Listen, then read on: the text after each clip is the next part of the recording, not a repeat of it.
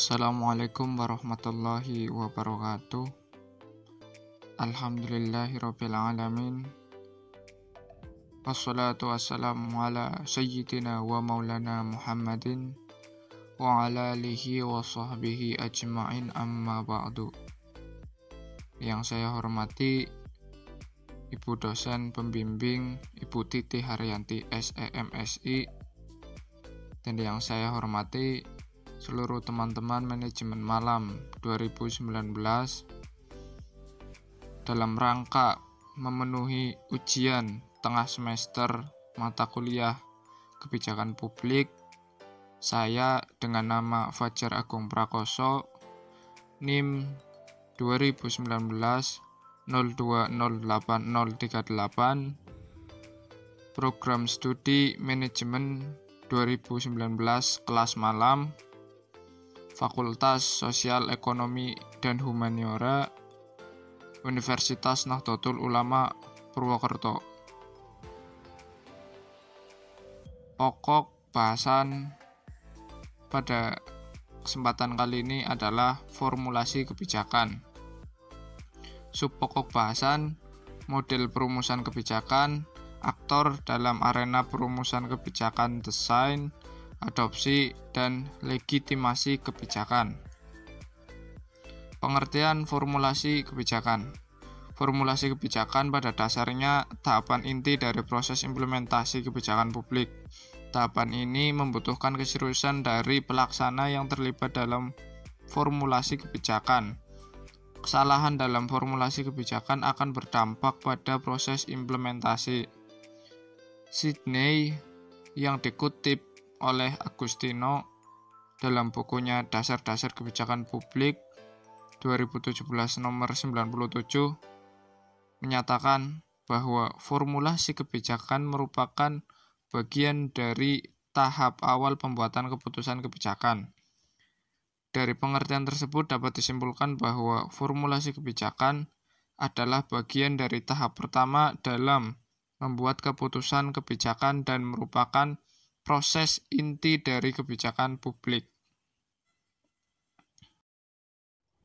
Adapun pengertian lain dari ahli yang peneliti ambil mengenai formulasi kebijakan publik, yaitu dari Linder dan Peter yang dikutip oleh Agustino dalam bukunya Dasar-Dasar Kebijakan Publik, menyatakan bahwa formulasi kebijakan publik adalah proses mengidentifikasi dan menilai solusi yang mungkin untuk masalah kebijakan, atau dengan kata lain mengeksplorasi berbagai pilihan atau alternatif yang tersedia untuk menambah masalah melalui analisis kebijakan.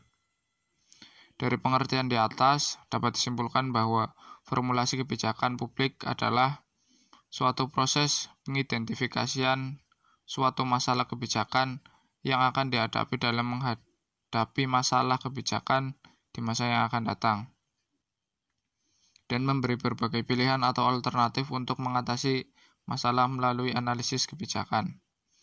Ada pula pengertian formulasi kebijakan dari Nugroho dalam bukunya Public Policy 2017 nomor 547 mendefinisikan sebagai berikut. Perumusan kebijakan publik adalah inti dari kebijakan publik karena di sini dirumuskan batas-batas kebijakan itu sendiri.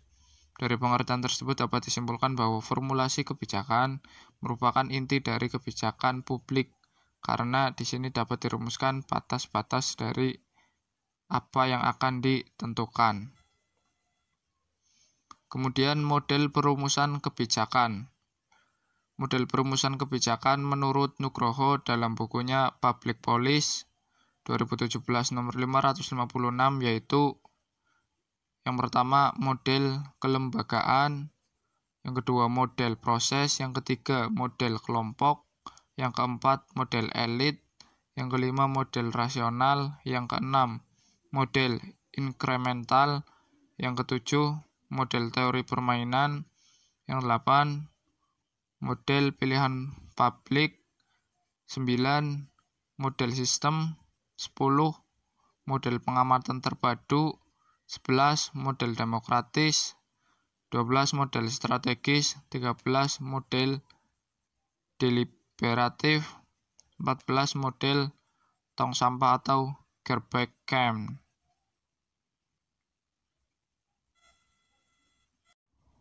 Selanjutnya, aktor-aktor yang terlibat dalam perumusan kebijakan. Menurut Anderson, yang dikutip Pinarno dalam bukunya Kebijakan Publik Era Globalisasi Teori, Proses, dan Studi Kasus Komparatif 2016 nomor 126, aktor perumus dibagi menjadi dua kelompok, yakni para pemeran serta resmi dan para pemeran serta tidak resmi. Para pemeran serta resmi adalah agen-agen pemerintah, yakni eksekutif. Aktor eksekutif yang dimaksud di sini adalah presiden. Keterlibatan presiden dalam merumuskan kebijakan dapat secara langsung maupun tidak langsung. Keterlibatan presiden secara langsung dapat kita lihat dengan kehadirannya dalam rapat-rapat kabinet. Keterlibatan presiden secara tidak langsung kita temukan ketika presiden membentuk komisi-komisi penasehat. Jika kebijakan merupakan produk yang dibuat untuk daerah tertentu dan oleh daerah itu sendiri, maka aktor eksekutifnya adalah kepala daerah.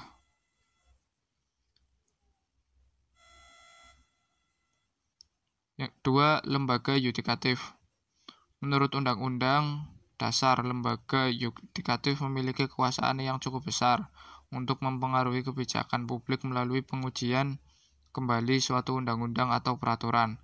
Artinya, lembaga yudikatif ini memiliki wewenang untuk mengesahkan atau membatalkan suatu perundang-undangan maupun peraturan.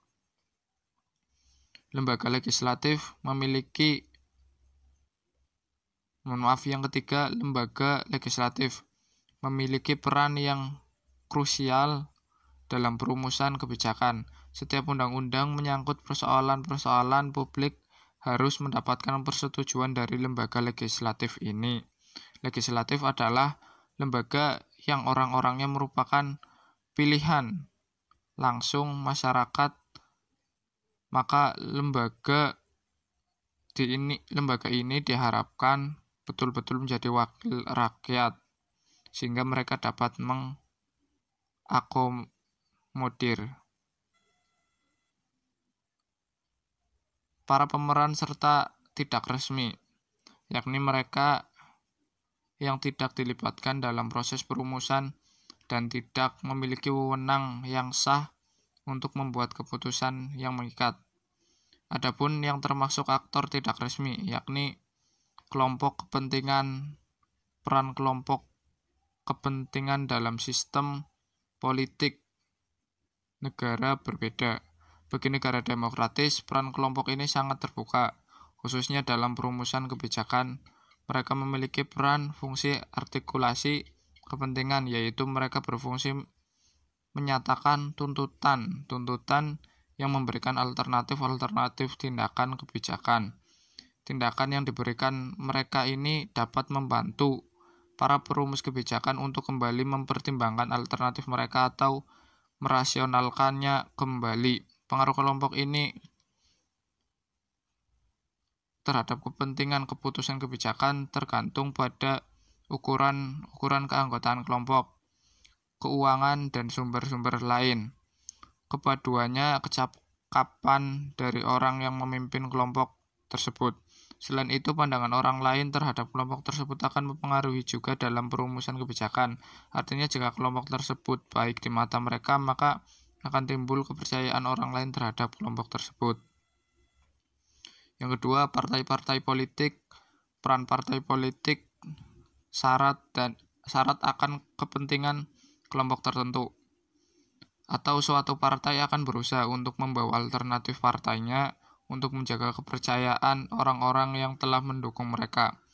Peran partai politik pada perumusan kebijakan, yakni partai-partai tersebut berusaha untuk mengubah tuntutan-tuntutan tertentu dari kelompok-kelompok kepentingan menjadi alternatif-alternatif kebijakan.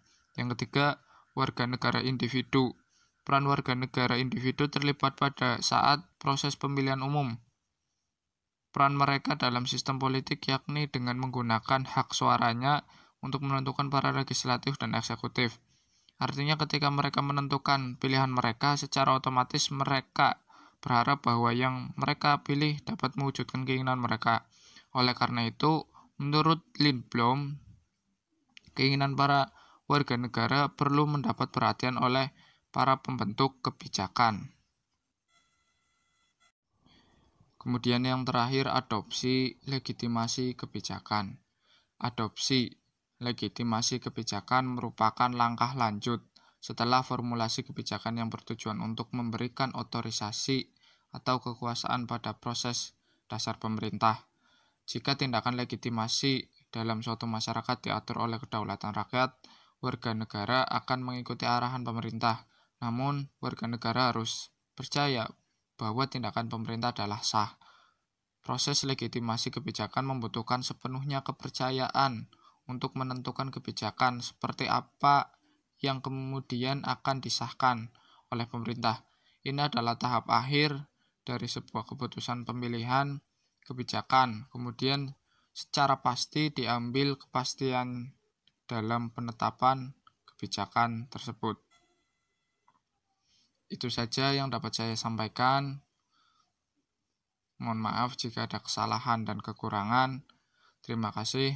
Wallahul muwaffiq ila aqwamit thoriq. Wassalamualaikum warahmatullahi wabarakatuh.